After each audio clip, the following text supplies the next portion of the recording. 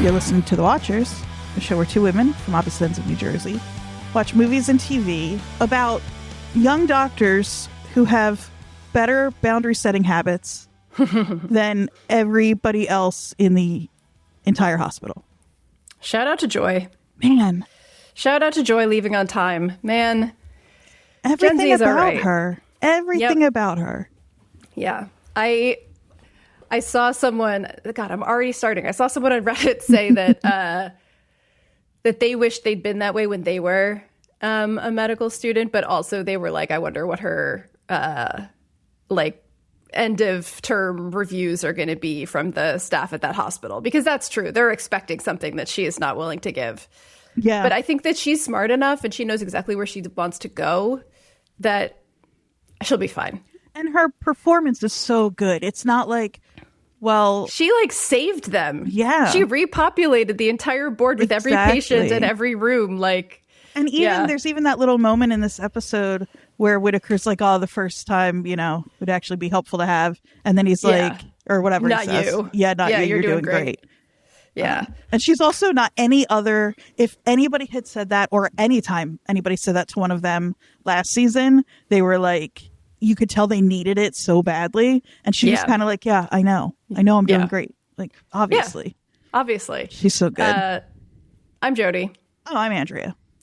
And we watched season 2, episode 12 of The Pitt. It is 6 p.m. 6 p.m., which means sun's going to be going down pretty soon. Well, so this is interesting because I was reading some review of this episode where they mentioned that it seems like actually nothing is going to be going down, right? Like, not in terms of like the outside events. You're so right. This season, they kind of did this interesting thing the first season. Wow. Fascinating. Go ahead. Yeah. I love this. Wow. Wow.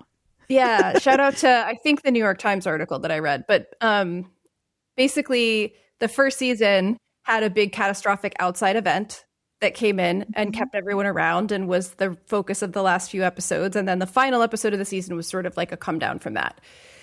This season, we thought that was that set us up for the same type of arc. Again, we got these flashes of the internet outage and all of that in the previews. We were like, oh, this is going to be the big catastrophe that comes in and keeps everyone and makes chaos. Turns out none of that stuff is really that. It's difficult. It's a lot. It's chaos. Things got crazy, but it's the internal chaos that is actually going to be the peak of the season. It's the character crises, not the outside world, and it's putting it on them. Yeah. And it's not, I mean, not to like torture a metaphor too much, but we're literally waiting for the fireworks to go off. And you know, when you're at a fireworks, not me, because I don't go because I hate them, but display, and you're waiting and some of them just kind of fizzle, and like that tension is still there, but then some of them kind of aim directly at your face. Right, someone shoot off to the left and knock you out. Yeah, so that's, and it's like while you're waiting for that to go off, it can be easy to kind of miss. Life is happening. Yeah, exactly. Yeah.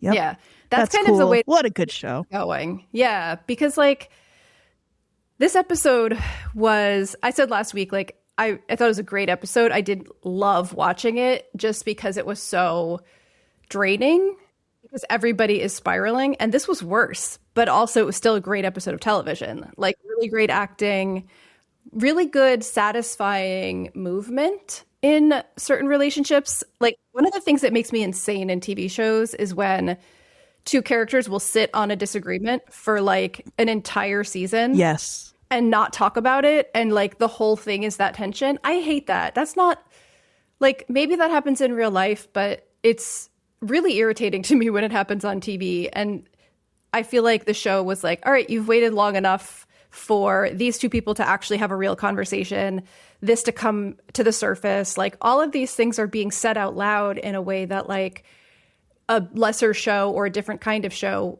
would drag out way longer. Right, because it would need that for the like tension and conflict, and those are like easy ways to do it. But here it's just kind of like, Yeah, letting it play out. And it makes sense, too, that, like, some of these conversations, they would wait until what they are hoping is their last hour, because they're like, I just got to get through the day, and then I'll say what I need to say. I'm not going to say this at 11 a.m. I'll wait until 5 or 6. Right, because you've got to work with these people forever the rest of the day. Yeah, exactly. And also, like, things are starting to calm down, even before they find out that, like, the computers are about to come back on. Like, things are starting to drift towards handoff and wrap up and all of that. Thank God for the comic relief in this episode. Yes. And not just the comic relief, but like, I feel like the writers knew, okay, we're having these people like lose their minds in front of us, like have real emotional breakdowns, like have these really intense conversations with each other. We really need Dr. Shen and Mateo to walk in right now. Yeah. Yeah. And it doesn't feel... Dr. Shen with his Duncan. Dr. Shen, my and Mateo love. with his beard. And Mateo with his beard and his hair a little longer. And Yep. Night shift Mateo. That's right. Mateo after dark. Absolutely. I love that. But we've talked about this a lot because it's something I'm always impressed by when shows can handle the dark subject matter and be funny. It's why we love Yellow Jackets. But I always say, like, I can understand how people like that doesn't necessarily work for people, you know, whatever. But on a show like this, where everything is happening at the same time, and some people are dealing with some things while some people are dealing with others, it just feels really real, because that's what happens in real life. So because like someone's dying in one corner, and then in another part of the ED, extremely sunburned woman is walking by. It reminded me of it's over a series of episodes, I think, but when they say Beetlejuice finally 3 times in Community, and then Beetlejuice walks by, it just really gave those vibes for me. Yeah, that cameo just really knocked me out when all of a sudden you see a very red person walking by with a nurse. So funny. There's nothing funny about severe sunburn, but that was so funny. Yeah. No, as someone who has been in the hospital with sun poisoning, like... Yeah. Brutal. When I was a kid, used to get so badly burned that like I would be in an oatmeal bath or in the hospital throwing up. A very elder millennial thing I'm about to say is I got sun poisoning so bad once because I went to 2 Warped Tours in a row. And like I'd been sunburnt before. We've talked about, I mean, I'm so pale that I reflect light. So I've had my fair share of sunburns. I've only had sun poisoning once. And I don't think you know how miserable, because it's not just the burn, like you said, it's the throwing up and how hot your body feels on the inside. And like I've had it twice. I had it once as a kid and once as an adult, and it is brutal. Terrible. Yeah. So and that burn is new. That's what I was really thinking about, is she's got a tomorrow. She's got a rough couple days ahead of her. You mentioned before we started recording, a little lighter on patient stories today. So I think we're going to go through those maybe a little quicker than we usually do, so we can really spend some time with our doctors. Yeah. Because a couple of our sort of really significant patients from the last couple of episodes either don't show up briefly, or I've already been moved to other parts of the hospital. Our first patient that we should talk about is someone in my notes I have called Golf Asshole. Because also this is where we start, and this is the kind of trigger point for Dana, Robbie, Emma, like everything jumps. It's been building this whole time, but this is like what sets off the Robbie and Dana argument. We have our code hula hoop, which we knew there was a code hula hoop coming since the first episode this season. This guy's name is Curtis Larson. Tell me that's not the name of a guy who would do coke and get drunk while playing golf and then assault a nurse. Like, it's just a perfect name for a guy like that. Yeah, totally. No, this guy sucks. He sucks even when he's not having a psychotic break from cocaine. Because his first line is like, I would never do that. And I thought maybe we're getting set up to be like, oh, this poor guy had the psychotic break, whatever. But no, he would. Dick. He totally would. Yeah, he totally would. Yeah, so we start with this asshole choking Emma. And Dana running in to save the day. I love that we don't see it happen because she has plausible deniability, or we have plausible deniability rather, to be like on her side. I'd be on her side anyway, no matter what. But like, it's, you know. I also think it's part of this shift that the show is doing in these later episodes where we're staying with the doctor's point of view more, or the nurse's point of view more, instead of always following them into the medical part of this medical show. Where like things like when Perla pulls the brother of the fireworks accident out to help him breathe in the nurse's station. Oh, I love We're getting that. a lot more moments where we stay with someone else's point of view versus what's actually happening in the room. Right. Yeah, because it has for the most part been like we've talked about, you're always with one of the doctors, and usually you're following them. Yeah, Into what you just said, but into the procedure spaces. Yeah. But yeah, we found out the badass and tragic fact that apparently Dana has had a syringe of Versed in her pocket ever since Doug Driscoll. It's such a visible symbol of the PTSD she's suffering that she has this with her every single day. And also the fact that she had to use it is justification for why she does this. Exactly. Like it's both a symptom of PTSD and an actual rational thing to do. That's right. And, you know, if she was a 6'4" giant man, she could have walked in there, pulled the guy off of Emma, and saved her that way. But she isn't. Right. She's a small woman. And so this was her way of having a leg up on him. And the fact that by the time anybody else got there, he was already, he had time to slip and, you know, bust his face open.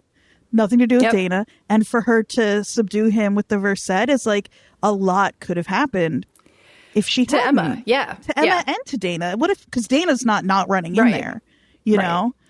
Yeah, absolutely. Yeah, I liked, how did he get a bloody nose? He slipped. Yeah. Her, man. She's so good. So we have talked plenty about Dana's accent. There have been people who've said that she sounds more South Jersey or Delco, but like I've also heard South Jersey than Pittsburgh. If anything would place her in a Jersey bucket, the carrying a syringe of Versed in her pocket for the random opportunity to use it on an asshole assaulting a woman is the most Jersey thing about Dana. Absolutely. You make do with what you have to. Like, the only way it could be more Jersey is if she had, like, you know, a car antenna in her pocket. The car antenna, exactly.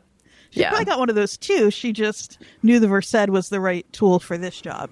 Right. I also noted, like, Emma's been concerned about Dana for a while. I think this is where Emma turns and realizes that, like, Dana's quote unquote paranoia or whatever is completely justified because Emma's protecting Dana. Yo, Emma, listen.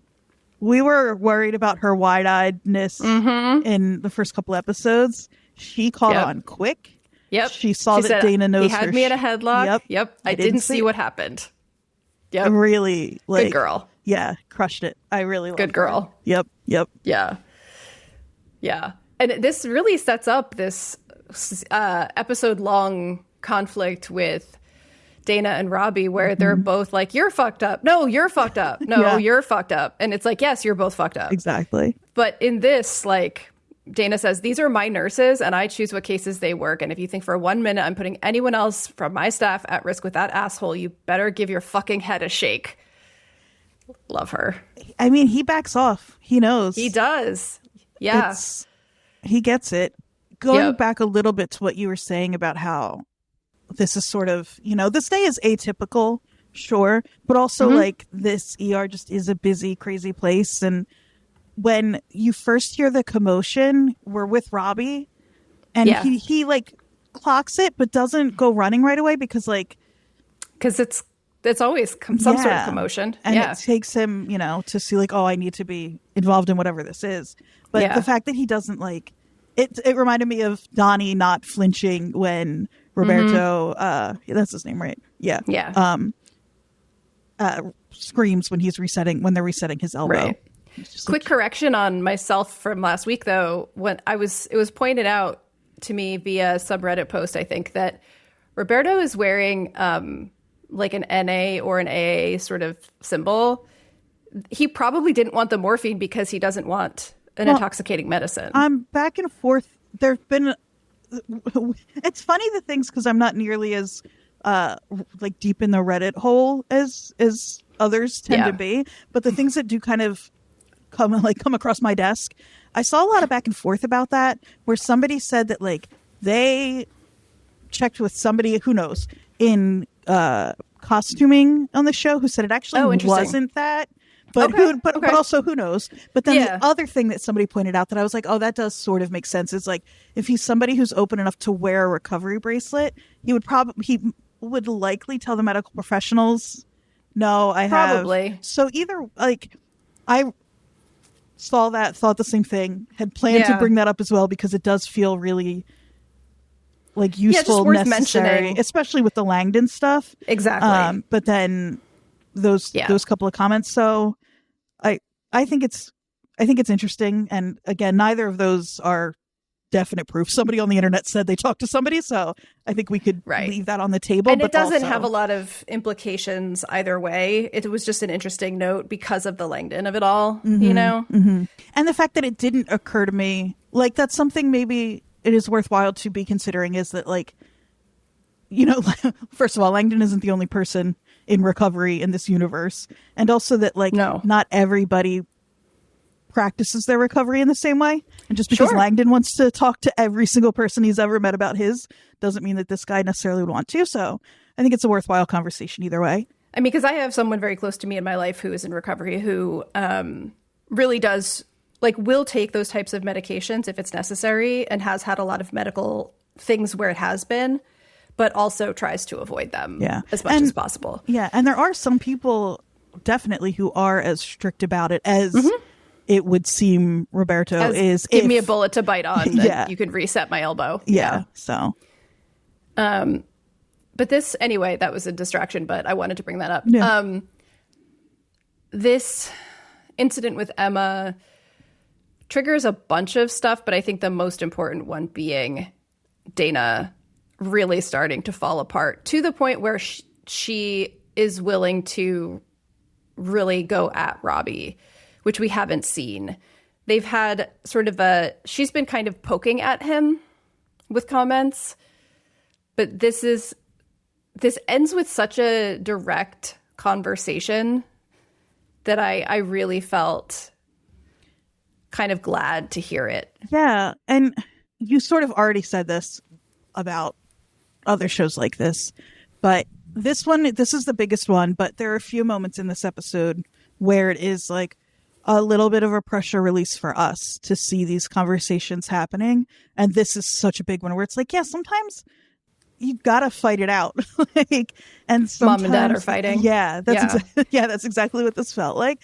But you know, and that Robbie, it's Robbie and Dana, and then to a lesser degree Santos and whose name I say different every week because everybody says her name differently every week. I was following Al Hashmi's lead recently, but that's not how Santos says her name. So anyway, I just wanted to Al Hashmi's saying everybody's names the way she thinks they want them to be said, whether that's how like Javati. She probably is saying that the more like traditional way, but I've never heard Javati say her name that way. So it's a little anyway.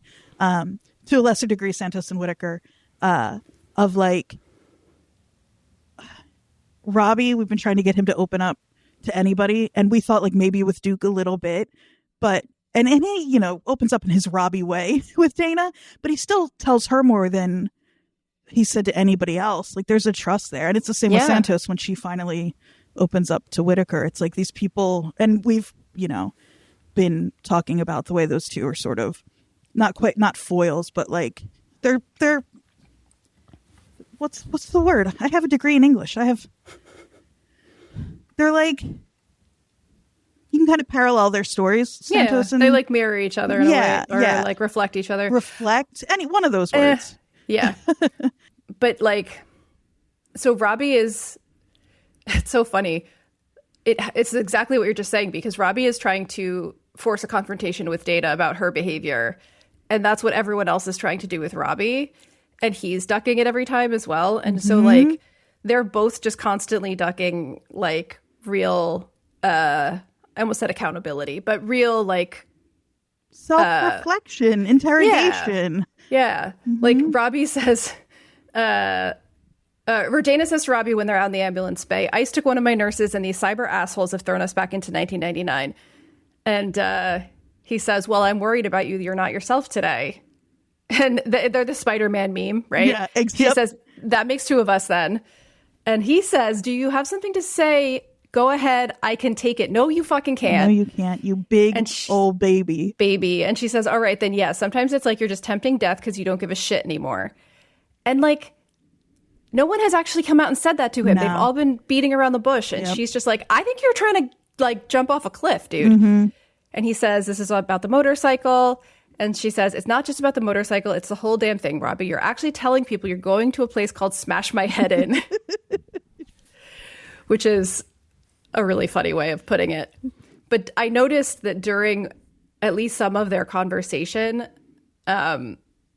they're in the foreground, out of focus, is his motorcycle. Yep. Like it's like you are at motorcycle eye level, and then they're behind it. Mm-hmm. And they could have had that conversation kind of anywhere. But the show is. But you know what? Going back to everything else we've said about this season now in this episode, with like I said like the sun's starting to set, but we only have 3 episodes left, and so there's a chance too we're done before the fireworks. Well, I mean, my secret wish is what you suggested, is that on the roof, we get to see them all. What a beautiful parallel to season 1. You know, they keep showing us this motorcycle, and we keep putting a lot into it, which I think we're right to do. But there's a chance.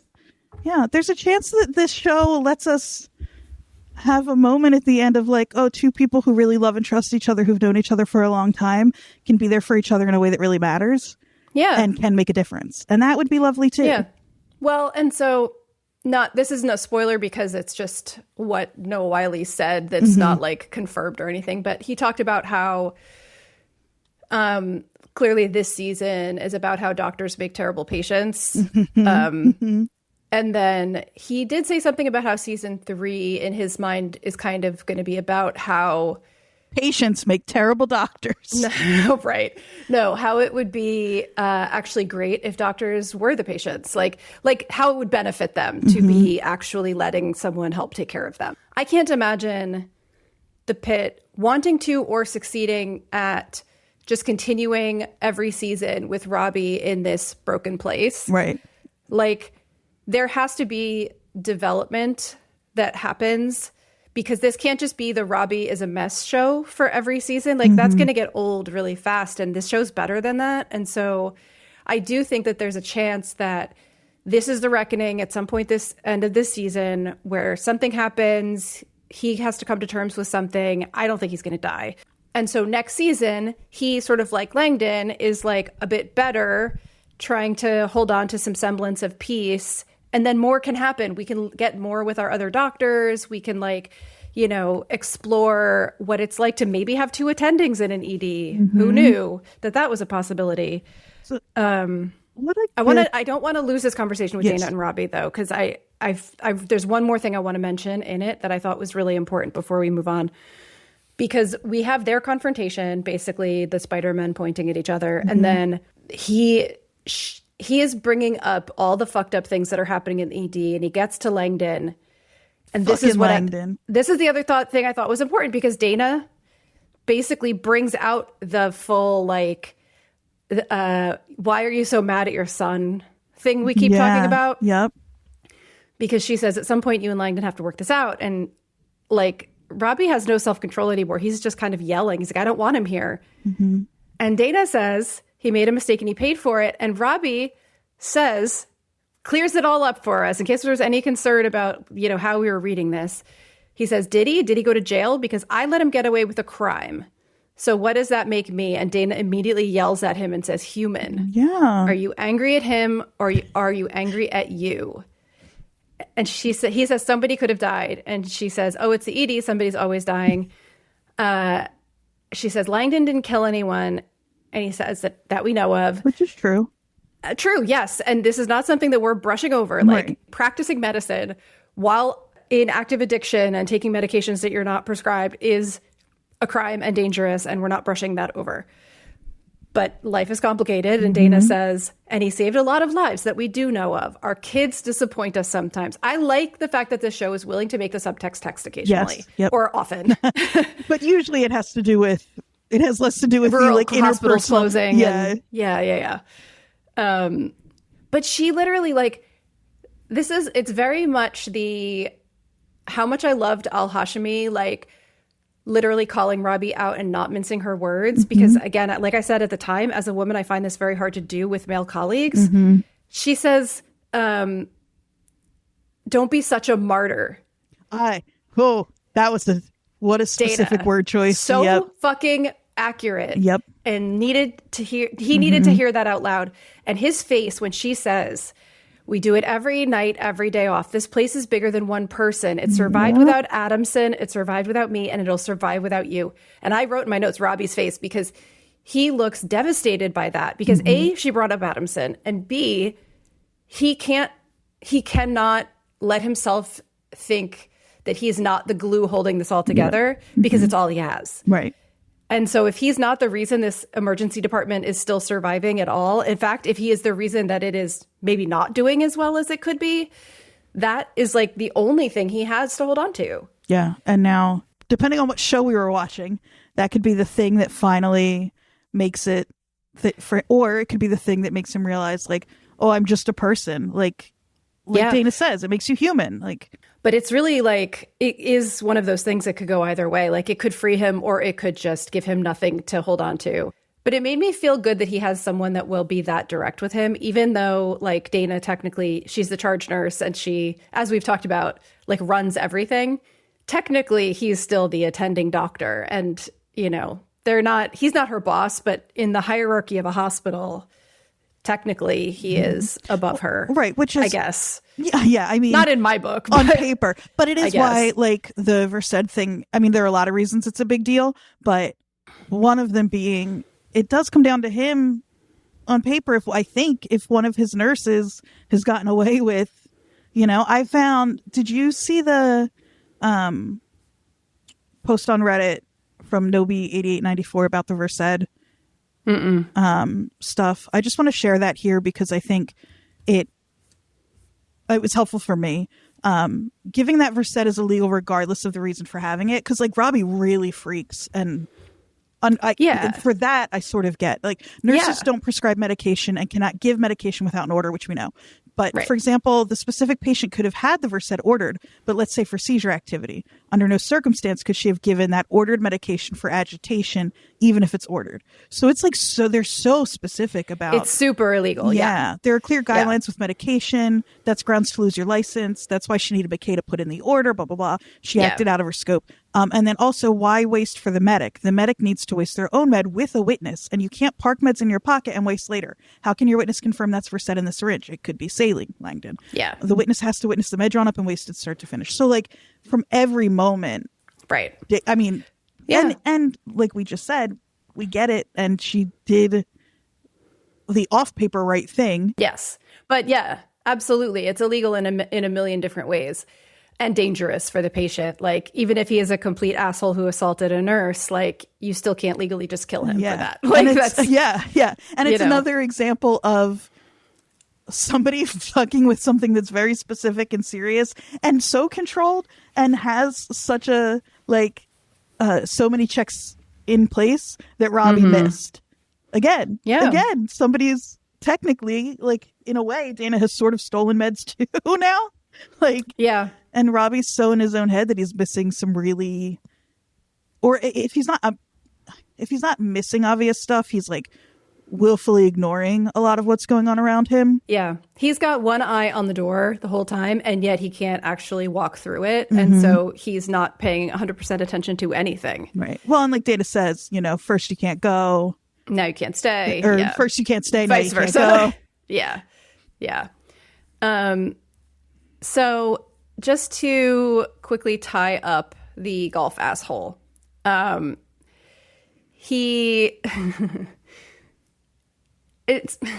so happy that they had McKay be the person to let him know he wasn't leaving, because like, he's trying to blame it on the drugs. And like to have an actual like recovering addict in there be like, absolutely no, not asshole. Like it's just very satisfying. There's something about it being delivered very plainly and unaffected and just like being like, nope, this is what's happening. You're going to take a ride. You assaulted somebody. Oh, well. And because McKay is so typically like connected to her patients and sweet and straightforward. And like we saw her be a badass with her ex-husband last season. But generally speaking, this season, she has been a very like responsible, connected, like not someone you would think of as petty or mean-spirited or anything. And when he says, how long till I get these things off and go home? And she chuckles at him and says, oh, you assaulted a nurse. Like to hear that come from McKay is so lovely. Yeah, it's great.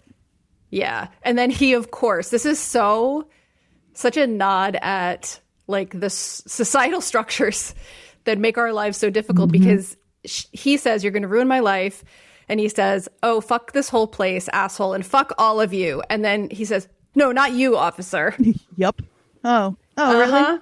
Okay. Well, and sure. The other thing I love about it is McKay is very me, and I know you as well, where she's like, well, you're, buying Coke and playing golf. You can probably afford to post bail after your arraigned, where it's like, extra fuck this guy because he's got money, but also fuck that system that you're talking about where that's true. This is going to be way less of an issue. Fine. Yep. He will be fine. He will post bail and get a good lawyer and get it, basically probably thrown out based on the, being whatever messed up from the drugs that he was on. That's right. Like there's always a way if you have money and privilege. And they're not going to be able to push it too because of Dana never said they're going to have to fly a little, like it just is all going to line up where it's unfair for, Exactly. The other thing that I wanted to note in this whole Emma attack is that last season Dana didn't want to report Doug Driscoll and didn't report him or didn't file charges against him. And now she is saying to Emma, no, you have to. I'll be there with you, but you really can't let this guy take advantage. Like we are here to help people not get attacked. And so, again, that was last season in real time. It was like almost a year ago. She just treated this sexual assault patient and watched Emma do a really good job with her, and I think that all of those things are part of why she was like, you have to report this. Like, I will support you. It's funny, a couple of things, because all of that, and then also Dana didn't report the person who assaulted her, but she's not going to let, someone get away with assaulting one of her nurses. It's different when it's somebody that she's caring for. But also, she is just the one who said to Robbie, it's always do as I say, not as I do. And she's doing it, it's a more positive, I guess, version of that. But it is the same thing. Or it's not the same thing, but it's very similar. Not to like put myself in Dana's head because I don't think I could, but I do think maybe there's a part of her that's like, obviously she acknowledges how fucked up this all is, but maybe there's a tiny bit of her that hopes that it could be better for Emma in the future and that it doesn't get that way by just continuing to do the same things over and over again. Right. So. Yeah, she's a little more, I don't know, healed or a little less broken than Robbie, so I can see her having that feeling. Yeah, she's pretty fucking broken, but I think she's more aware of the fact that she is. I mean, that's exactly the fact that we see her. This has got to be part of the Emmy reel for next year, because her breaking down in the bathroom, but then also her face in the hallway when she starts to try to hold back tears. Like for a nurse like Dana with this steel spine to let her face do that in public, she's really suffering. And that bathroom breakdown is incredible. All she says is fuck. I'm telling you, she got Jersey roots in there somewhere. Yeah. And her face twitches in this like way where it's like she's been trying so hard to keep this all in. But then again, anytime she's in front of Emma, she's back she to holds it solid. Together. Yep. Yeah. I mean, that's such a classic trauma response, right? Like, you can be there for other people. You just can't handle your own shit. Like, crisis makes you hyper competent. What's going on with this? Okay.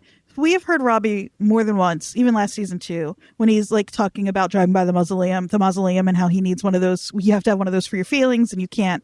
He tells Moen you can't let the outside affect the inside. And all he's ever talking about is like, you got to keep it inside. You can't ever let it out, and that's why he's about to explode. But Dana is doing something similar. Like, Robbie doing it is affecting his team. Dana doing it is making it so that she can take care of her team, even though they're both... I guess, but also I can't imagine that. Like, it would be great to work for someone that is that, like, caring and protective of their staff, but also her trauma is getting in the way of her doing her best job. For sure. Like, obviously. Speaking about Robbie, which I'm sure we'll do again, but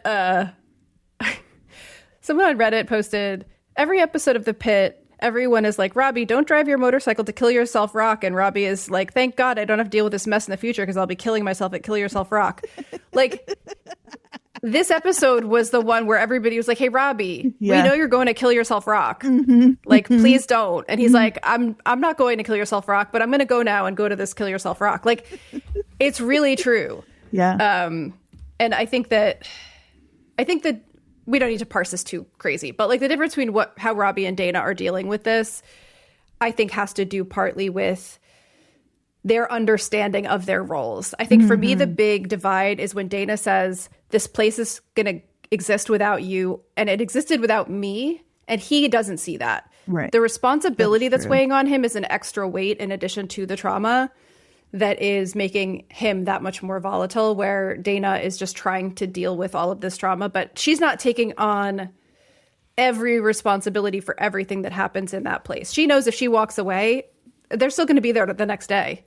So yeah, that's a very good point. She does also call Robbie Nancy Drew, and that's so fucking funny.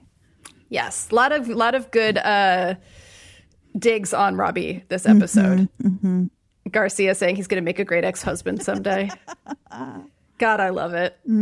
Okay, let's quickly touch on someone in my notes that I referred to, unfortunately, as Hot Kid, and that's not what I meant. And it's not even him anymore. He's up in the pediatric ICU. We see the mom. She asks if she killed her son. We find out that the husband showed up but didn't go see her, went straight up to his kid. But that's it. We don't know anything else, really. We're kind of in a holding pattern with that case. I kill my son? Yeah. Is a crazy thing to say. I know. When no one... He's not dead. Death has not been an option since his first 20 minutes in. Well, he could be brain dead. We don't know that he's going to have function back, but yes. But he's going to survive, and we've known that. Did I kill my son is crazy. She's clearly had a mental break. She's not 100% there. And we get a moment of McKay and Al-Hashimi talking about motherhood around this.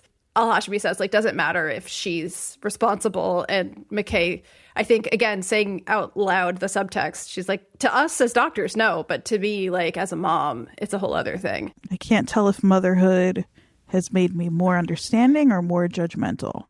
Yeah. We get Rural Dad next. I think his name is Oliver. Oliver, yep. Yeah. But when they ask the son his name, he says, my dad. My dad. That kid. I mean, I know that this whole case, the purpose is to say rural hospitals have closed because of Medicare cuts. I know. But there's so many little fun moments in this. Not fun that the guy missed dialysis and is in this disgusting and horrible and painful, state. But the fact that this kid drove, 100 miles an hour for an hour and a half to get his dad to the ER, an open ER, like he was in the Fast and the Furious. And the dad immediately going into dad mode when he's don't tell your mom that I let you drive that fast. Yeah. He, that hour and a half thing, this is such a East Coast, I don't know, densely populated area thing to say, but Kitsy, my housemate's mom, lived in the Poconos. She just moved to North Jersey. Good for her. Clap, clap, clap. But one of the big reasons she moved is because she had a medical issue, called an ambulance, and it took them an hour to get to her. And then it was an hour. And I was talking to her about it. I was like, if that had been a stroke or a heart attack, you'd be dead. You'd be dead. It didn't occur to me that, like, I don't know what the word is. This is so whatever, of being like, you can have that be the case, that hospitals are that far away. They should have to be. This feels like it should be like illegal. I don't know. So yeah, so this is very, and that's not even a funding issue. They're doing, she lives in a beautiful lake community. Like, they're doing just fine. It's just. But but smaller hospitals are closing for those reasons. Yep. Yeah, I mean, like, I live within 2 miles of 2 major hospitals, one with a trauma center. Like, and I always have, but but it's true. Like, there's that East Coast thing where it's like nothing is more than 3 hours away. That's exactly and how I hospitals feel. are certainly not that far, but that is not the way that most of this country is. That's what I asked her where she moved now. I said she had the same issue here, or not here, but in Jersey. And I said, how long did it take? And she said literally 3 minutes. 3 minutes, yeah. There's an ambulance on her block. Like, yeah. I mean, we lived in suburban North Jersey when I was in college. My dad had a heart attack when he was 59, and the EMTs were there in like 3 minutes. Yeah. Like, it was crazy. So that's one way that we're very lucky for a lot of reasons. Yeah. Being people who grew up in Jersey, obviously, but that's one obviously so obnoxious. There's a bunch of medical stuff that goes on here that I don't quite understand. They're basically like bloodletting him, which we're not going to talk about because I'm going to pass out, but it works. He gets better. We find out, or maybe get reminded, I'm not sure, that Whitaker is looking at rural emergency medicine. And I'm like, please tell me that's not for Amy Whitaker. No, I have to hope it's for... Because he grew up on a farm. Yeah, that's my hope. Is his thought is, I never want to lose him, obviously. Right. But my thought is he's imagining that he'd go somewhere like home. Yeah. So yeah, or somewhere similar to where he grew up, where he's needed and he can be like useful to people where they are currently like lacking that type of healthcare. But I think it was Joy or someone said to him, like, I hope that there's still, maybe it was Javati, I hope that there's still hospitals there for you to go to, which is true. After Rural Dad, we do briefly, I wonder if this guy's coming back. We briefly meet a man named Dorian who thinks that he he broke his collarbone. And Santos walks in, he says, something wrong? And she says, that depends. Are you a 4-month-old with severe diaper rash? And he says, no, I'm Dorian Cole, and I'm pretty sure that I broke my collarbone. And this just sets up, Santos to have another outburst where he says, this place sucks. And she says, tell me about it. Try working here. But I don't know. We'll see if he comes back. I enjoyed that brief moment from that actor who was sort of like, what on earth is this place and what is happening right now? Yeah, I feel like I would, just the way this show kind of weaves things in and out, I would be surprised if we didn't. Yeah, he might come back. After him, we have, so Duke is threaded throughout this, but I think we can save Duke for the end. We have Grandma and Grandpa and Dante Casella, the fireworks injury. Which one do you want to talk about first? Grandma and Grandpa feel like the sort of like patient center of this show. So maybe we talk about them here and then move out to our, you know what I mean? What kind of... Yeah, and I think we can give sort of because this is much more about the effect on the doctors of these patients than the patients themselves. This is just an elderly couple. He maybe rolled into her with the car. She may have the hip injury, and it may result in them not being able to stay in their home. And their daughter comes in, an actor who I know from Glow, actually. I didn't know her until a few weeks ago. She's also in the second episode of Paradise. She's the nurse. Because I didn't, and I watched it. I didn't even remember. Yeah, the second episode of Paradise is Sterling K. Brown and his wife, how they met. That's all you need to know, listeners. Oh, that's right. They meet in a hospital. And she's the nurse caring for the two of them. I totally didn't clock that. Yeah, I didn't either, but I know her from. She was part of the sort of main cast of Glow. Cool. But yeah, this is like, it's a pretty common moment in older folks' lives when they're realizing that the move is coming. The daughter's trying really hard. And what it ends up doing is giving Mohan and Mel a chance to take a little more time with a patient and then come up with a solution that doesn't involve just shoving them into another service that allows them to, at least for now, stay in their home. And to me, there were two main things here. One is I really liked seeing Mel and Mohan work together. Yeah. Because they're both very thoughtful and like they bring different levels of experience to things. But like watching Mohan not correct Mel, but like disagree with her on a treatment plan, and watching their sort of respectful dynamic was so refreshing, because I was like, oh, right. They can just be doctors together and like have a conversation. Right. They don't have this whole tangled up history, and neither of them are really trying to prove anything to each other. And right. Yeah. Yeah. It was really lovely. And then, of course, we get Robbie with his underhanded compliment. Like, this is such a parallel. They keep doing this. They set up Al-Hashimi to recommend geriatrics in a way that is very encouraging and highlights her strengths. And then Robbie does it as a way to highlight her weaknesses. Fucking why? Like, I why? know. Especially when you just had, like, 2 hours ago had to apologize for being a dick. She just had a panic attack. Like, why now? Do you think he thought he was being... Is he so stupid that he thought that was a nice way to say it? Of like... I don't know. I think it started out as that, but he just can't resist like a little dig right now. Little bitchy baby.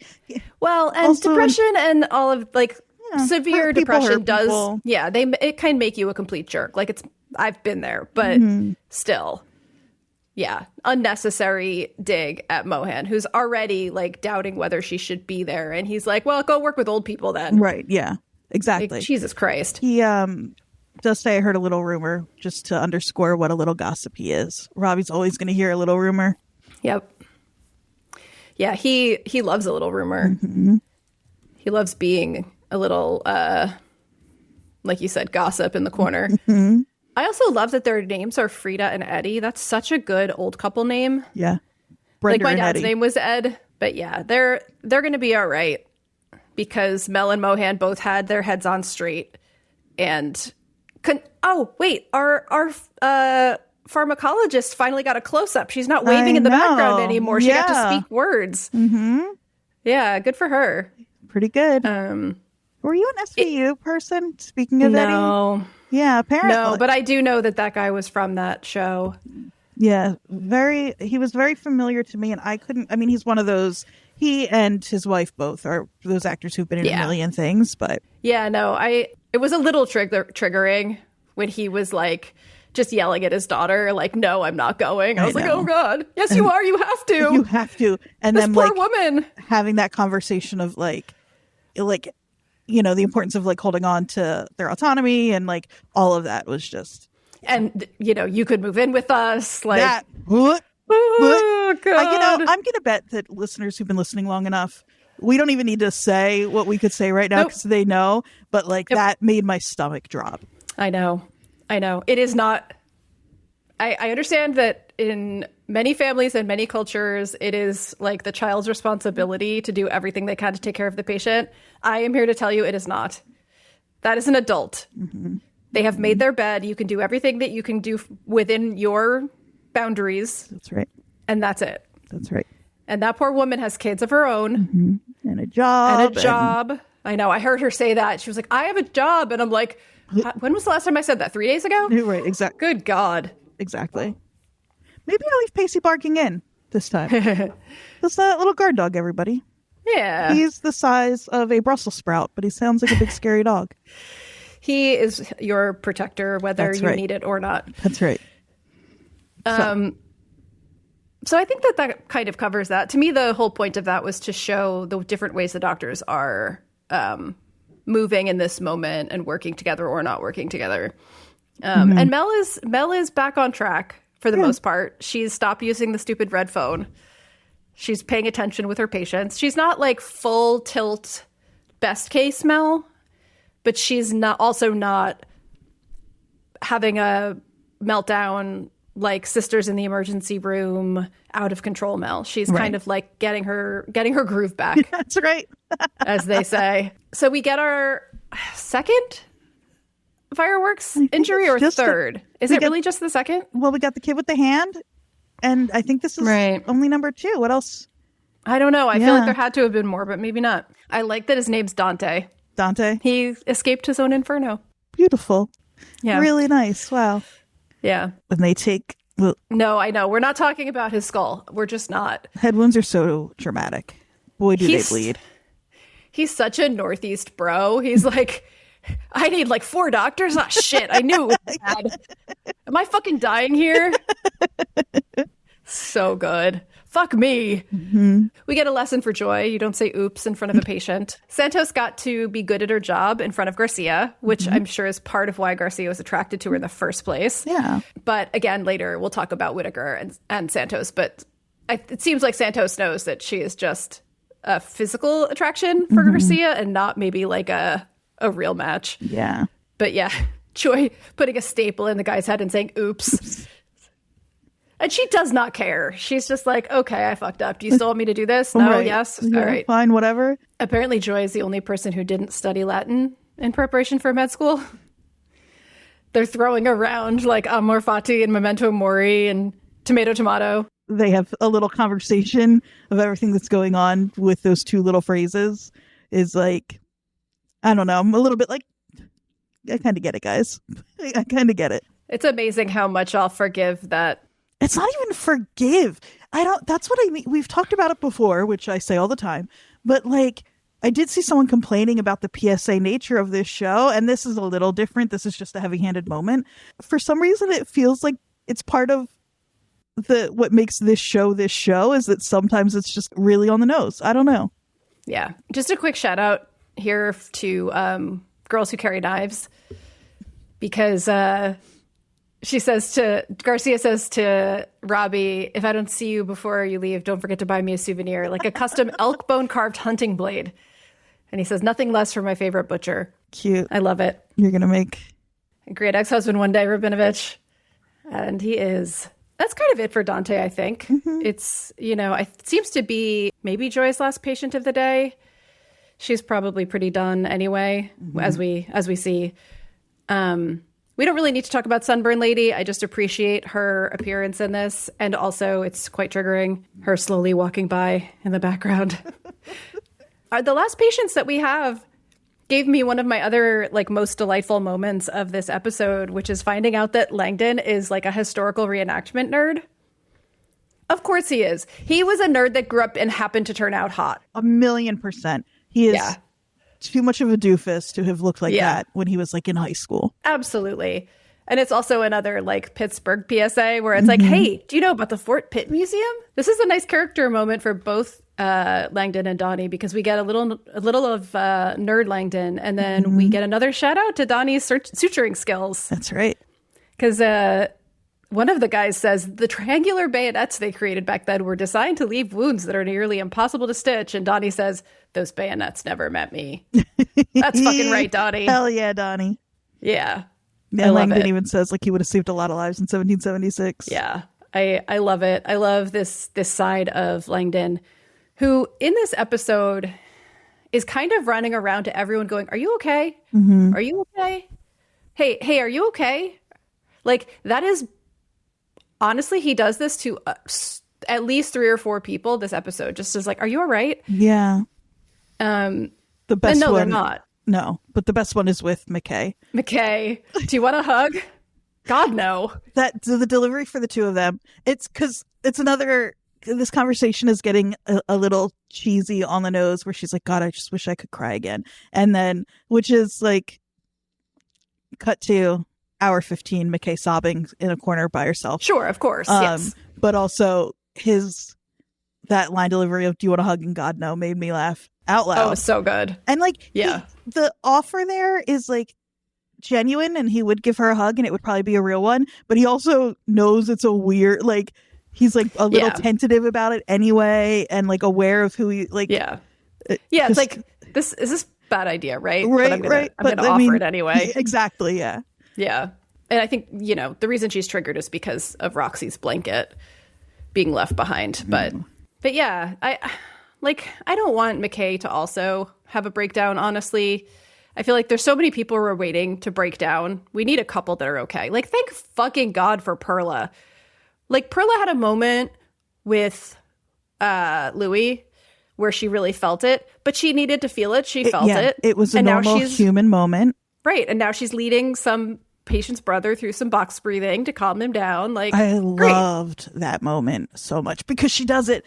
It's like triage in the middle of triage where she's like, she pulls him out, she gets him breathing, and then she's right back in. Like, she is. Yeah.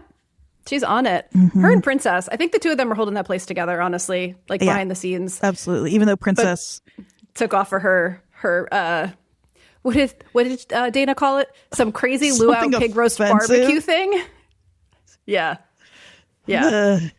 But good for Princess getting out of there. You know, maybe she invited the hot radiologist. Oh, I hope so. Hope so for her sake. She's good at things too, you know. Yeah. The only thing that's sad about these people with boundaries is that it means we may not see them again this season. Like, I think it would take a huge, weird and sort of deus ex machina emergency to bring back Joy and Princess and all of this stuff. And I don't think we're headed that way anymore. I don't think so either. So it might be the last time we see them this season.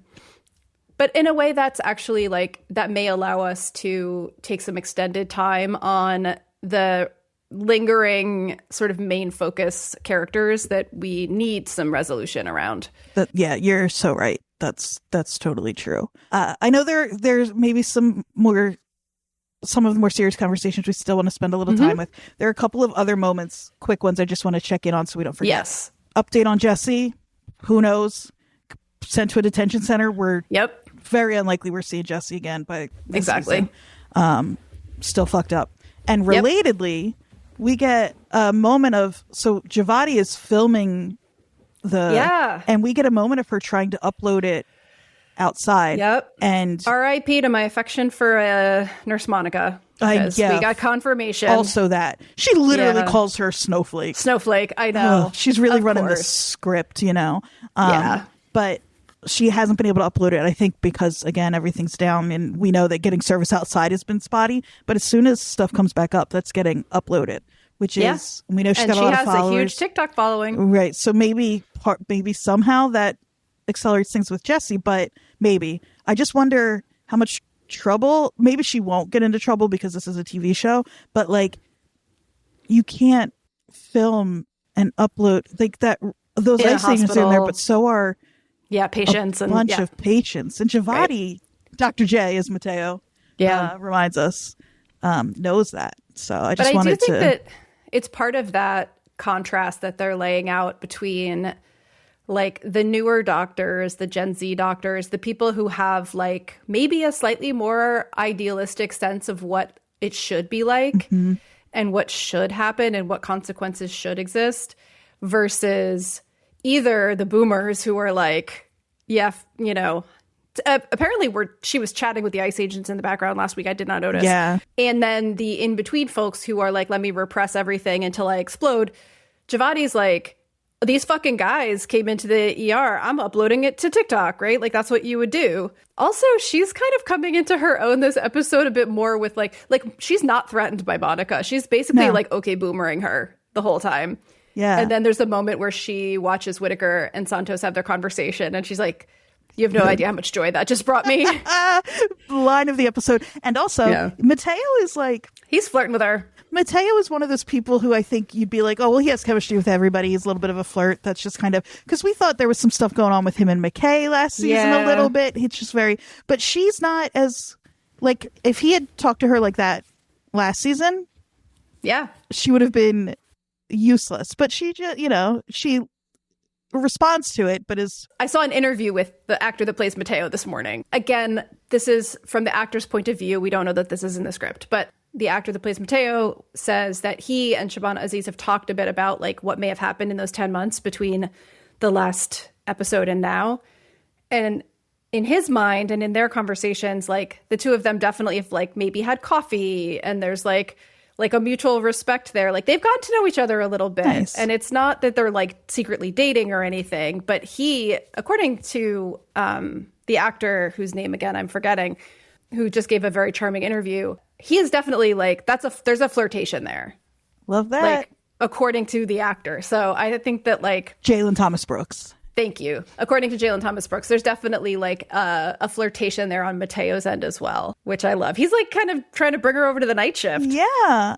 I really like that she's like not just this like that it went from her being like this deer in headlights, like, you know, unable to speak around him, to now he's noticed her and her abilities. And her TikTok. Yeah, he called her Dr. J. I'm so glad he's back. Mm-hmm. Yeah. Yeah. Speaking of back, already mentioned him, but welcome back, Dr. Shen, my love.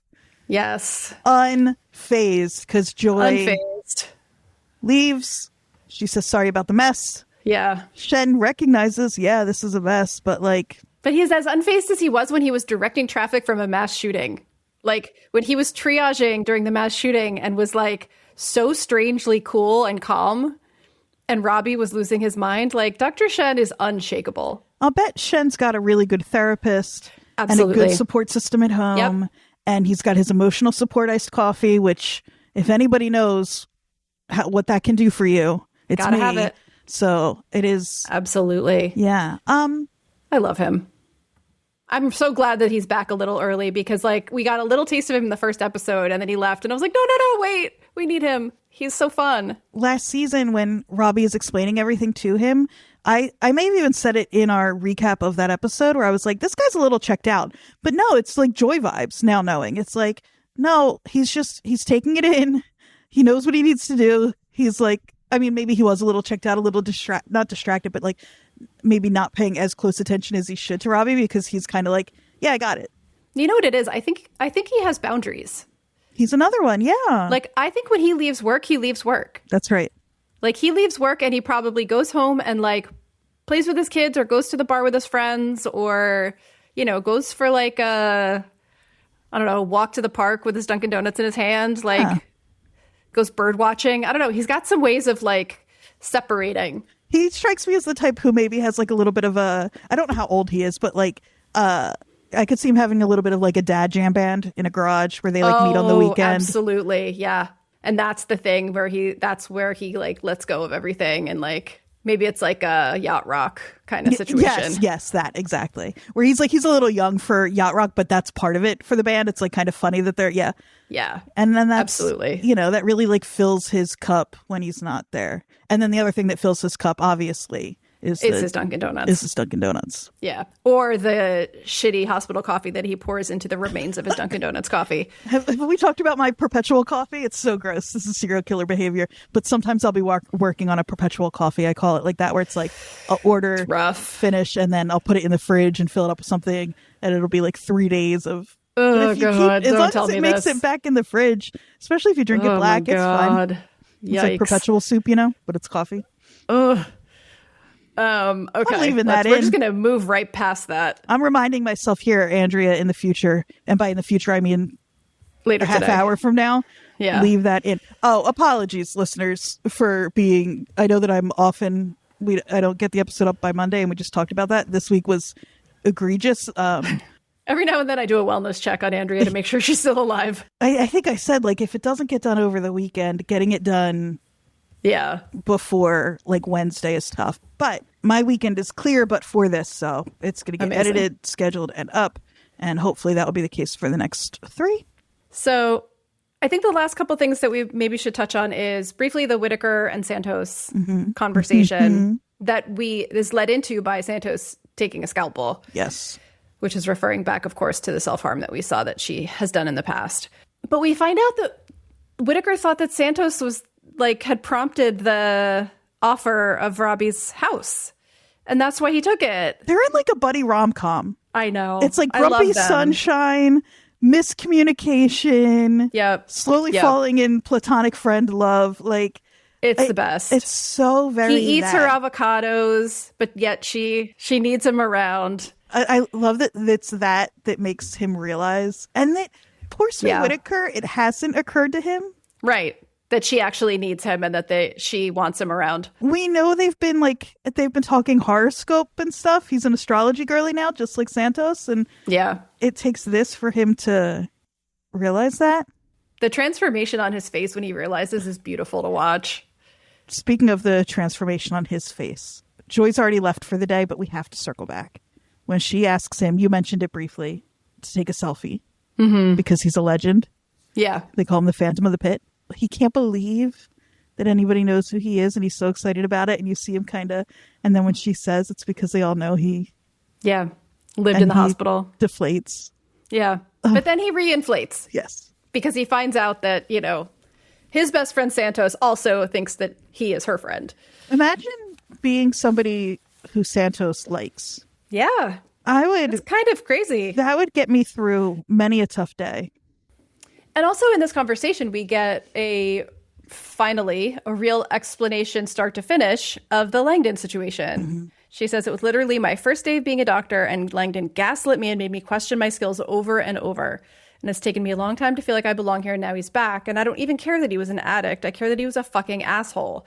And I believe that. Here, even remembers this. All anyone talks about is community and family, and they throw you under the bus.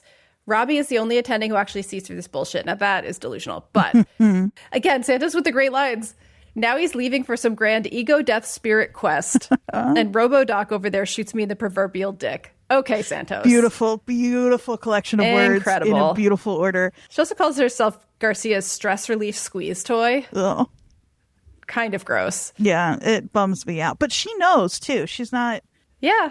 Speaking of... She says gaslit, and... The Santos discourse is really frustrating because it feels like lots of people are all one way or the other on her. And I know we joke that we've never had a bad thing to say about Santos. And I was one way on her last season. And so I can acknowledge that. But I understand there's a lot going on with her and that people don't like how she deals, blah, blah, blah. All of that. We've talked about it. And also, like I said last season, it feels like the only reason she was really paying attention to him in the first place is because he rubbed her the wrong way. And as we know, when there's somebody, especially a man that she doesn't like, she will find something, you know what I mean? Some flaw. And she happened to be right in this case. So that's all true.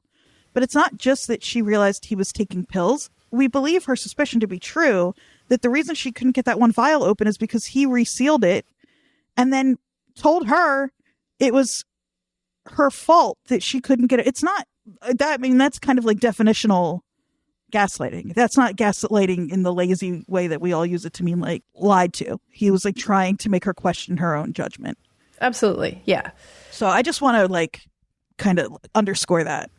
Yeah, no, it's true. Like, and I'm glad that it was more spelled out this time because again, like we said last week, like I've been very recovery is hard, give Langdon a break. But then I was reminded that she is a young woman coming into this situation and was basically shit on her entire first shift, and then basically got like one of the prize residents, like not fired, but nearly fired. Yeah. Yeah. And then had to live with that the whole time. It's funny. She does like she and Robbie are both dealing with the, like when he says, did he pay for it? Did he go to jail? It's another Robbie being a bad parent thing. I meant to say this earlier where it's like you set the consequences. Yeah. He accepted those consequences and now you're mad about it. You can feel however you want to feel about it, but you can't take it out on him. You let that happen. Yeah. I learned it by watching you. Exactly. Yeah, right. Also, while we're talking Langdon, Al-Hashmi's response to him now, man, I get it's... I mean, I will say, she is not being petty about it the way other people in this ER are acting.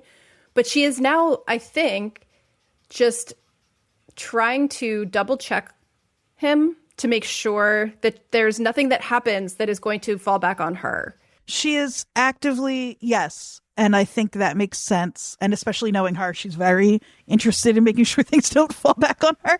But it's reasonable here. But she is treating him differently so much so that he clocks it. He does, yeah. Which, you know... It's better than anybody else has been this season so far, but I was like, oh man. Like I know. I want somebody there counteracting Robbie, where it's like Robbie's not giving him any wiggle room. Well, he's always got Mel. And that's true. And everybody else is giving him too much.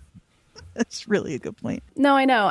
But I get it. Like, suddenly she's realizing that there's something that's been going on. I mean, this is part of, I think, why she's like, this place needs at least 2 attendings, because this is too much for one person. And also, all of this shit is not normal that is going on under your watch. Mm-hmm. It is not normal for someone to, like, be working with someone who turned them in for stealing drugs on the first day they get back, and, like, they're having these side arguments instead of caring for patients, and you're kind of being a baby about it, and you're, like, mad about your own decisions. And God, imagine walking into this. Oh, I mean, that's the thing. Hilarious. Give it to a woman of color to clean up. Jesus Christ. Always. But, like, she's right. They do need more than one attending. And from the Reddit doctors that I, always refer to, they should already have more than one attending in that ER. That's normal. So I want to talk more about this in terms of future casting. And also, I have 2 things I want to do for that. Are we ready to move into what could be coming up next then, considering? Yeah, I mean, I think the only thing I have left is just Duke and his relationship with Robbie. Sorry. Yes. No, but I don't think there's a whole lot here, because it really is just to show us how another way to see Robbie through Duke's eyes, right? Like, he's reasonable to want to leave. He can get a CT when it's not this full-on chaos. He could come back. But Robbie's like, everything is the end for Robbie. It's like, he's leaving, and therefore, if this doesn't happen right now, it's not going to happen. And it's like, no, other people aren't planning for the world to end after the end of this shift. They have tomorrow. Yeah, there's so much there, because one, Robbie assuming that if he doesn't make it happen, it's not going to. So yet again, Robbie God complex being in number 2, he's tying up a loose end. Number 3, though, Duke is like, you can leave. And maybe Duke would stay and get the CT, but it is sort of like Robbie's, this is actually a little hopeful for Robbie. We know he's not going to die. He's going to be around season 3 again. But there's something a little hopeful there of being like, Robbie could leave right now and drive to Kill Yourself Rock. But he's looking in a way for a reason to stick around a little longer. So that's a good sign. It does seem like he is like, I should go, but I got to stay for you, but I should go. But clearly, here I go. I'm going. I'm leaving. Yeah, exactly. It is both a troublesome sign and a good sign, because this is why I let the show do PSAs, where they look right down the barrel and tell us that 56% of doctors, 62, or whatever the percentage is, 62 report burnout. It's because then also we have one exchange with Robbie and his friend, and there are 5 different things happening in it. And of course, Joy is the one who knows that statistic. But yeah, Duke is like, hey, dude, I'm okay, but you're not, right? Like, he says, why are you jonesing so hard to get out and start your ride tonight? And Robbie says, I've got a schedule. I've got places to go, people to see. No, you don't. And then he says, I just have to get going. And that's like, Duke says, you're worried if you don't leave tonight, you won't leave at all. Duke says, look, I get it. I can feel it in the air here. This place is like quicksand. And part of that is the place and the system and the budget cuts and X, Y, and Z. And part of it is Robbie. Yeah. The place is like quicksand because Robbie is in the quicksand. And so everyone else is getting dragged into the quicksand because he is the leader. Shen and Joy sure aren't. No, they're not. They're doing just fine. But that's all I really wanted to say about Duke, is just that, like, the end of this episode is basically everybody saying to Robbie, you can go, and him being like, oh, but Duke, and Duke being like, you can go, and him being like, no, I can't. Like, that's kind of the key, I think, of the Duke situation. Yeah, I think you are totally right. And I need you to know, you mentioning what Noah Wiley said, I've not stopped thinking about it this hour and 25 minutes that we've been talking, because I keep going back and forth on, is Robbie getting on that motorcycle? Is he going to get hurt? Are they setting us up for nothing? That seems pretty straightforward to me. I have a prediction, by the way, when we get to that point. I wonder if you're going to say something similar to what I'm going to say. Maybe. Which is, Santos took that scalpel, and we have been watching Robbie so closely. And you know who else, you pointed this out last week, is losing a lot of the things that have mattered to her. Yep. Is Santos. And I don't think she's necessarily suicidal, but cutting is a sort of addiction. And not even sort of. I think it is. It very well can be. Pain releases very similar chemicals that talk to Anna Lemke. Anyway, I could see her looking for a little relief. Her scars are healed, so it's been a long time. So in the same way that somebody going back to do drugs when they've been are way more likely to OD. Yeah, exactly. She has a catastrophic injury, and now, although Robbie finds her. Yeah, and then what? What does that do? I don't know what that does for us. Again, unless season 3, do we have it confirmed that there's a time jump for season 3? Yes, there's always going to be, I think. Okay, that really puts a little damper on this theory I keep going back to. But it still could mean that what we're dealing with is these doctors dealing with some, like actively, hopefully, dealing with some trauma in a way that they haven't yet in season 3. Like properly, yeah. Right, and Noah Wiley saying something similar really... Yeah. Well, I think what you're getting at, and the reason that I also have this similar prediction is that something is going to have to trigger Robbie to stop. Yeah. To realize he's being completely self-destructive, possibly suicidal, and that he needs help. Something has to make that happen. Whether it is him getting into an accident, we thought maybe it was Duke getting sick, but I could also see, and this was my prediction, is it being triggered by seeing his sort of little mini-me, which is not Whittaker in behavior. It is Santos in behavior, right? Yes. Seeing her go off the deep end, as he has constantly been saying to her, you're going to talk to the trauma therapist while I'm gone, right? Knowing that he never has and never will, right? So leading by words and not example. At some point, something is going to happen. And I could see it being the thing where he realizes that his leadership has been words and not actions. Yeah. And that Santos is following that path that he's set for her. Especially do as I say, not as I do, for Dana to have just said that this week. And also maybe to learn that, like, you also get the impression with Robbie that he's one of those big babies who thinks he's the only one who really suffers. And then for someone else who he does care about and who he does connect with and who he knows looks up to him, and also to be dealing with clearly an immense amount of pain that he hasn't been paying enough attention to. I think that makes so much sense. He's been defending Santos to Al-Hashimi this whole time. Clearly admires her and thinks of her as a bright, solid future doctor or doctor, like future attending or whatever. Like, he confidently leads her through that procedure in front of Garcia, right? He says, have you done this before? She says no. He's like, great, let's go. And like, she does it perfectly.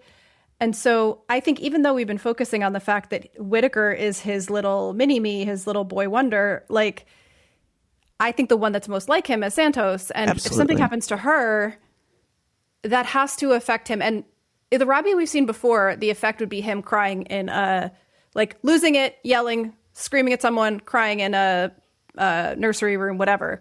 But maybe this is the time where he is so close to the edge that seeing someone else try to go over it is the thing that brings him back, right? And wakes him up. Because Santos was very good with that suicidal patient last season because she says, I had a friend.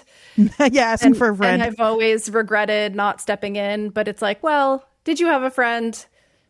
Maybe that was going through that. But also, know. Again, so much tied up in this, because if it happens and Robbie missed it, it's another doctor in his ER who he totally missed. And it's the one who was responsible for shining a light on the other one he wasn't paying attention to. So it's like, there's just so much there that could make that. And again, we've been waiting for the fireworks to go off, and maybe they're not going to. And here, maybe the fireworks we've been waiting for to go off aren't, but there's still going to be, some fallout there. I think that would be really satisfying. I would hate that for Santos, but yeah. Right.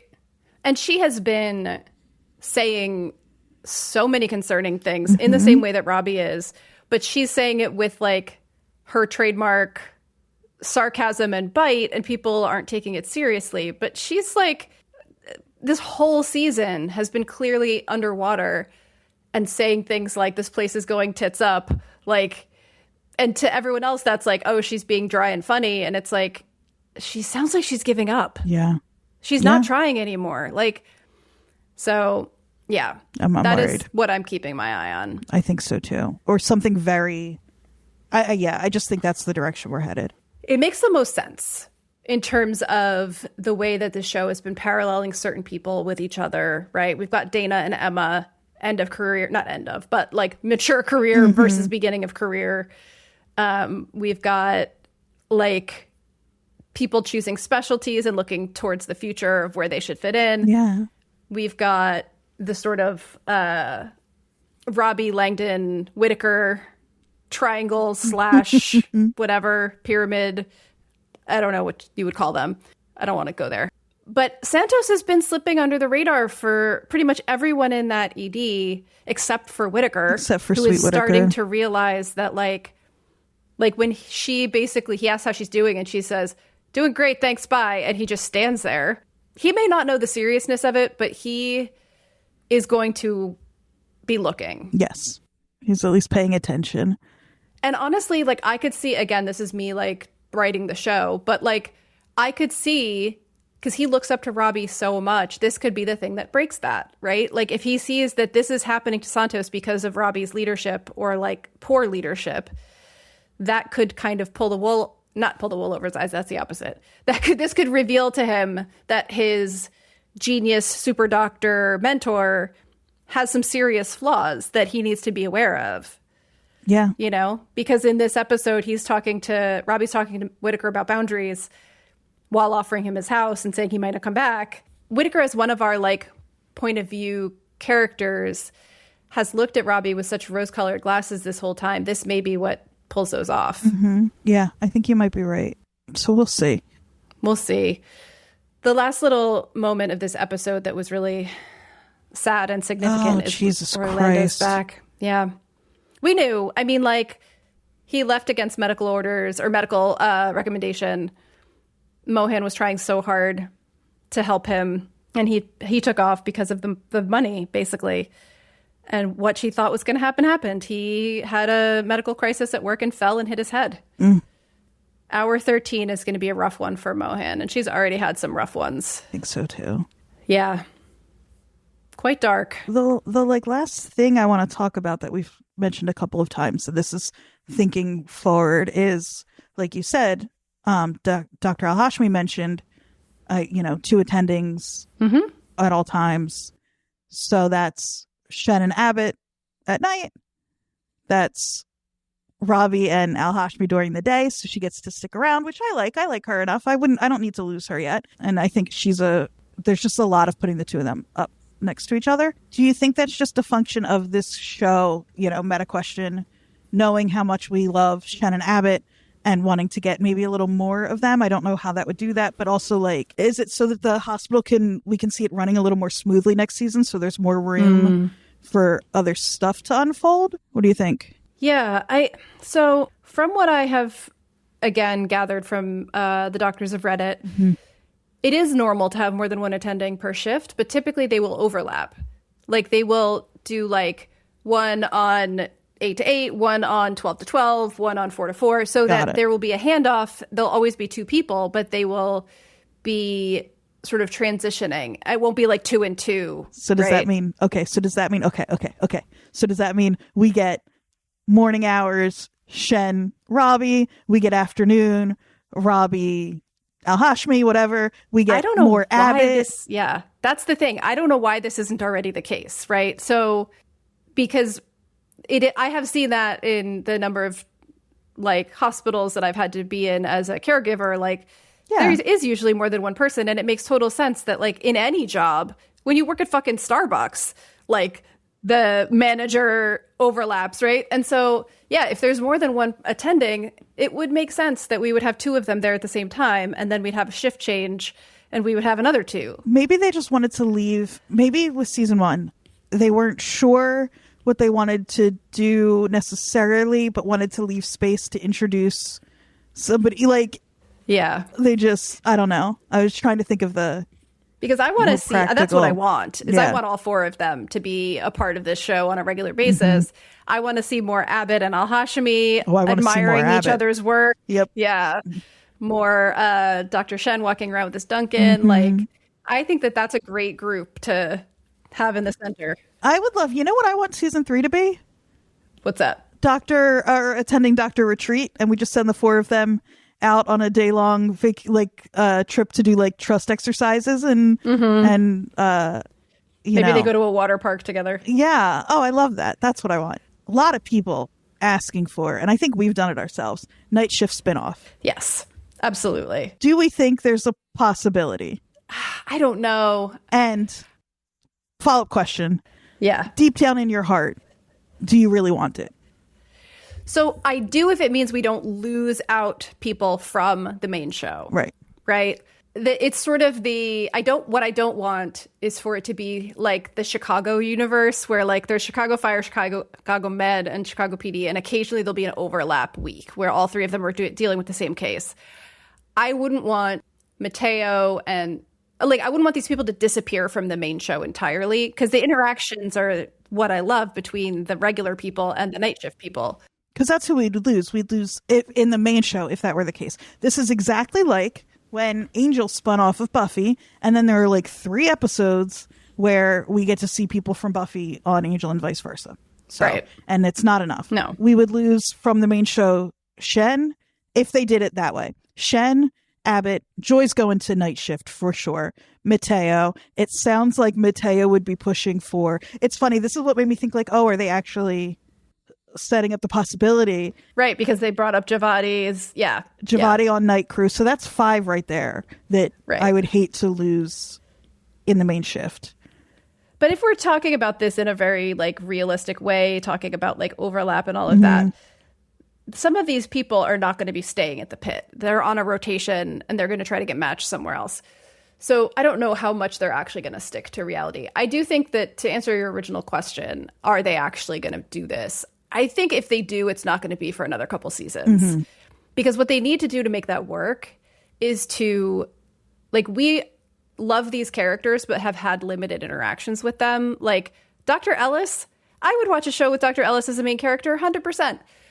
But they need to lay more groundwork with this night shift crew. Right. So that if that spinoff does happen, it's not like an add-on. Yes, it's its exactly. own thing. And that we do get that overlap that I still want, where we get to see handoff happen. Yeah. That's so fun. Handoff starts on, you know what I mean? Like, and then... We could get 2 hours of the pit and, a week. Exactly. Or Yeah. Oh, you know what the dream is? I mean, 2 hours of the pit a week is a dream, but also the other dream is... Oh, they alternate so we never don't have the pit. Exactly. Yeah. Yeah. Wow. What a dream. I love what it. a dream that would be. Yeah, I don't know. I'm stressed. I'm stressed, Jody. And we only have 3 weeks left. We're going to know really soon what actually happens.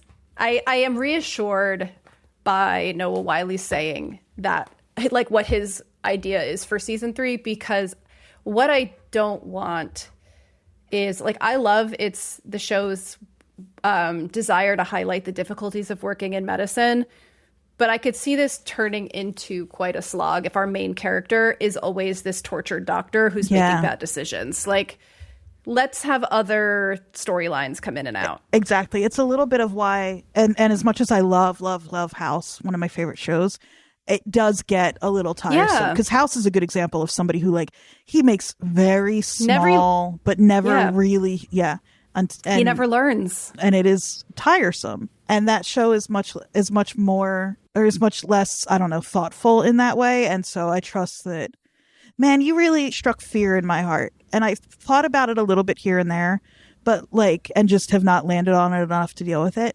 But like, especially with Whitaker right now, they can't keep all of these people around. Right. But these actors are our lead actors. Did they sign on to a show knowing they might only be, you know what I mean? Like, yeah. I mean, I've seen articles or people talking about this on different podcasts, and I haven't seen a definitive answer, but it is true that, like, in the real world, people would be rotating in and out of that place, like, other than the regular attendings and stuff, to do different rotations in different places. And this show is so committed especially for that part of, like, how hospitals run and what it's really like. They're really committed to, and they really got to get some new, like, you got to bring people in for me to love and really distract me. You got to be a Jugglin' Jesse big time for me with some new people. If you're going to take Whitaker, for example, and Yeah. Well, and that depends on how big the time jumps are, right? Like our last time jump was nine or 10 months. This one could be 2 months, and it would make total sense that everyone's still there. You know, That's true. It could be like a shorter time jump. It doesn't have to be a year or almost a year every time. That's a really good point. Thank you they so have much. no rules that they have to follow on that. So okay, that's great. Thank you. I feel better. You're welcome. I needed to talk through that. See, Robbie, you just talk through your problems. Yeah. So yeah, I think that kind of covers it for today for this episode. Next week it'll be 7. And we'll see if Robbie actually gets out of the pit. Yeah, I hope that he does. Me too. No, wait. I hope that he doesn't. I hope that he... We hope that he is okay. You know what? I hope that he gets out of the pit of despair that he's in right now, and then that allows him to leave the pit in a way that is less concerning. Yes. We hope he gets out of his emotional pit. That's right. We have no emails or voice notes or anything that are specifically about the show. But Jody, our dear friend Melissa Joy, I haven't told you this yet. Our primal listener. That's right. That's right. Our number one listener. Is sending us both a little gift. And the reason I'm saying this on mic is because I want to shout out the creator. So I'm going to share my screen for you, Jody, so you can see Melissa shared that she connected with this Etsy seller for something. And I'm going to show it to you. Okay. It's this one here. So that's on its way to us. This beautiful Nurse Dana Admin's Blood Donuts sticker. Oh my God. I know. Melissa, I just saw this as I was getting ready for the episode, so I haven't sent you any info, but thank you so much. You are the best. That's amazing. It's so good. And we'll show listeners when they get here. But I want to shout out the creator, who is so sick, 716, so SEW, sick. Lots of really fun pop culture stickers, art. I'm scrolling through here, so check this creator out. I love that. Yeah, I'm just now distractedly looking at all Admin's Blood Donuts. Yeah, exactly. Really, really good stuff. So, Melissa, you're the best. Thank you so much. I will. I love it. You're gonna get a message from me before you hear this, but as soon as Jody and I say goodbye, I will reach out. So, thank you. Didn't have to do that. Oh, Frankenstein, my favorite. Look at him. Okay, lots of cool stuff. Anyway, so I just wanted to share that, and again say thank you. Shout out, Melissa. We should link to that person's Etsy in our show notes. Yeah, absolutely. I will do that. Listeners, you can let us know your predictions for the end of the season. You know, anything you want. You can do that by emailing us at WatchersPodNJ. You can find us on Instagram at WatchersPodNJ. And you can find me on Instagram at Jody_Mim, JODIE_MIM. Andrea is AQ on Instagram as well. And if you want to call or text us to tell us what you think is coming up this season for the last 3 episodes, you can 856-336-8986. There you go. And you can leave us a review on Apple Podcasts if you are enjoying our coverage of the pit. You can shout us out there too. So professional. And if you don't want to do any of that, you know what else you could do? Oh, well, you can always bang yourself in the head. Get in the car and go to New Jersey.